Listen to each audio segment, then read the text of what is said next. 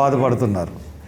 ఈ రోజున పెద్ద లీడర్లు ఎవరు కూడా ఓటర్ల దగ్గరికి వెళ్ళి అడిగే పరిస్థితి లేదు. ఓటు ఏం చేసావు అని చెప్పి అడుగుతామన్నారు. వాళ్ళు చేసిన సూపర్ 6 గురించి మీ అందరికీ తెలుసు. వాళ్ళు ఏం చేశారు? నిరుద్యోగ వృత్తి కింద 3,000 ఇస్తా అన్నారు. 9 నెలలు అయింది. ఎవరికన్నా ఇచ్చారా? ఎవరికి ఇవ్వలేదు. అలాగే అమ్మకు ఒడి ఇంతకుముందు గవర్నమెంట్లో వచ్చేది, ఇప్పుడు తల్లికి వందనం అని చెప్పి నీకు నీకు నీకు నీకు అని చెప్పి ప్రతి ఒక్కరికి ఇస్తా అన్నారు. అది కూడా ఇచ్చే పరిస్థితి మనకి ఎక్కడా కనపడటం లేదు. ఇకపోతే రైతులకి భరోసా అని చెప్పి 20,000 ఆర్థిక సాయం చేస్తా అన్నారు.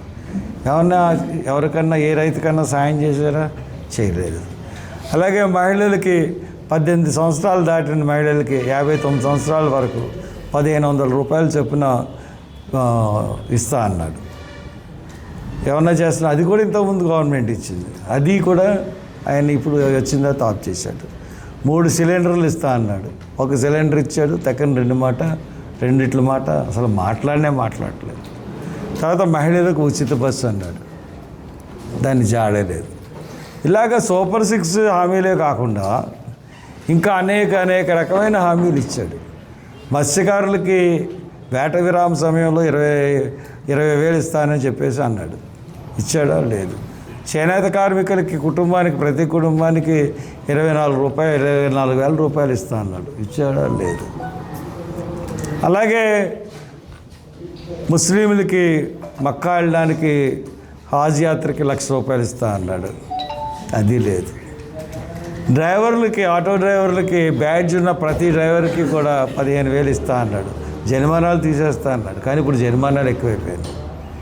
ఇలాగా ఏ అంశంలో చూసుకున్నా, స్త్రీల గురించి చూసుకున్నా, రైతుల గురించి చూసుకున్నా, నిరుద్యోగుల గురించి చూసుకున్నా, ఉద్యోగస్తుల గురించి చూసుకున్నా, ఎవ్వరికి కూడా ఏ విధమైన న్యాయం చేయట్లేదు. అంటే అవినీతితోనూ మోసంతోనూ. ఉచిత ఇసుక అంటున్నారు. ఉచిత ఇసుక ఏ రకంగా లభ్యం అవుతుంది? ఆన్లైన్లో ఒక పేద కుటుంబానికి సంబంధించిన ఒక రైతు ఆన్లైన్ అంటేనే తెలియదు. ఆన్లైన్లో బుక్ చేసుకోవాలంట. ఆన్లైన్లో ఎలా బుక్ చేసుకుంటారండి? డైరెక్ట్గా ఇసుక ర్యాంప్ దగ్గరికి వెళ్తారు, తెచ్చుకుంటారు. ఇసుక ర్యాంప్ దగ్గర మీ ఎమ్మెల్యేలే ఒక రేటు ఫిక్స్ చేసి అమ్ముకుంటున్నారు. కాబట్టి ఎలా చూసుకున్నా, ఏం చూసుకున్నా కానీ ఒక అవినీతి ప్రభుత్వం, ఒక మోసపూరితమైన ప్రభుత్వం, ఒక వంచన ప్రభుత్వం. ఈ ప్రభుత్వానికి ఖచ్చితంగా బుద్ధి చెప్పాలి. ఇప్పుడు రాజశేఖర్ని, పేరాబత్తుల రాజశేఖర్, అతను ఒక వ్యాపారస్తుడు. అతనికి విద్యార్థుల పట్ల కానీ, నిరుద్యోగుల పట్టభద్రుల పట్ల కానీ, నిరుద్యోగుల పట్ల కానీ అవగాహన లేదు. అలాగే ఇప్పుడు పీడిఎఫ్ క్యాండిడేట్ ఉన్నాడంటే ఆయనకి రిటైర్డ్ స్కూల్ మాస్టర్. ఇప్పుడు మనం రాము మాస్టర్ గారిని నెగ్గించాము అప్పుడు మనందరం కలిసి. ఆయన ఏం మాట్లాడగలిగాడు? మంచోడు, కానీ ఏమీ చేయలేకపోయాడు. అట్లా కాకుండా ఇతను సుందర యువకుడు, చేయాలన్న తపన ఉన్నవాడు, ఎలా చేస్తాడో చెప్తున్నాడు. అంతేకాకుండా తను ప్రూవ్ చేసుకున్నాడు ఆల్రెడీ. ఆన్లైన్ ఎగ్జామినేషన్ సెంటర్స్ని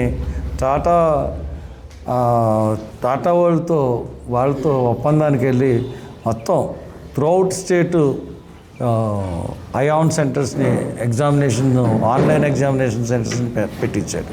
కాబట్టి ప్రూవ్ చేసుకున్న అభ్యర్థి, ఒక సమాజంలో ముందుకెళ్తున్న అభ్యర్థి, సమాజాన్ని బాగు చేయాలన్న ఉద్దేశంతో ఉన్న అభ్యర్థి మధ్య ఒక అవినీతి, ఒక వంచన, ఒక మోసం మధ్య జరుగుతున్న పోరాటం. కాబట్టి నేను కులాలకు అతీతంగా, మతాలకు అతీతంగా సుందర్ని ఖచ్చితంగా బలపరచమని కోరుతూ సెలవు తీసుకున్నాను.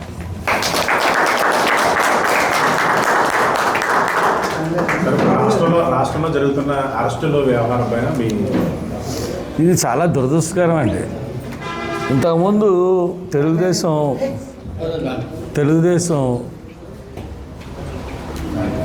రెడ్ బుక్ అని పెట్టుకున్నారు. ఆ రెడ్ బుక్ పెట్టుకున్న తర్వాత తెలుగుదేశం అధికారంలోకి రావడానికి ముఖ్య కారణం దళితుల మీద దాడులు.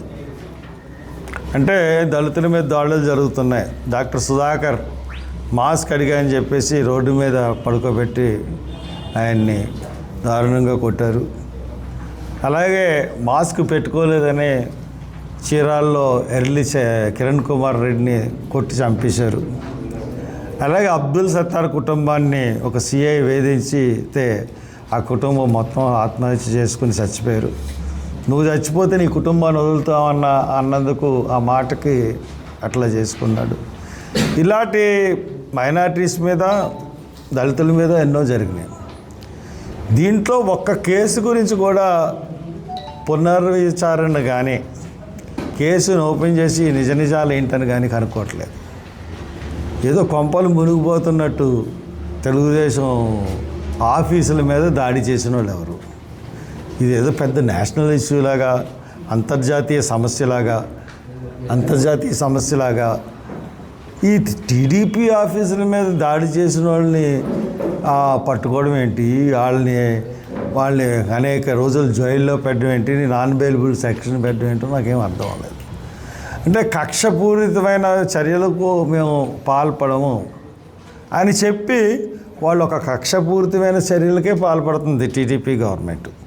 ఇంకొక కేసే లేదు వాళ్ళకి, అన్నీ కక్షపూరితమైన చర్యలే. కాబట్టి ఈ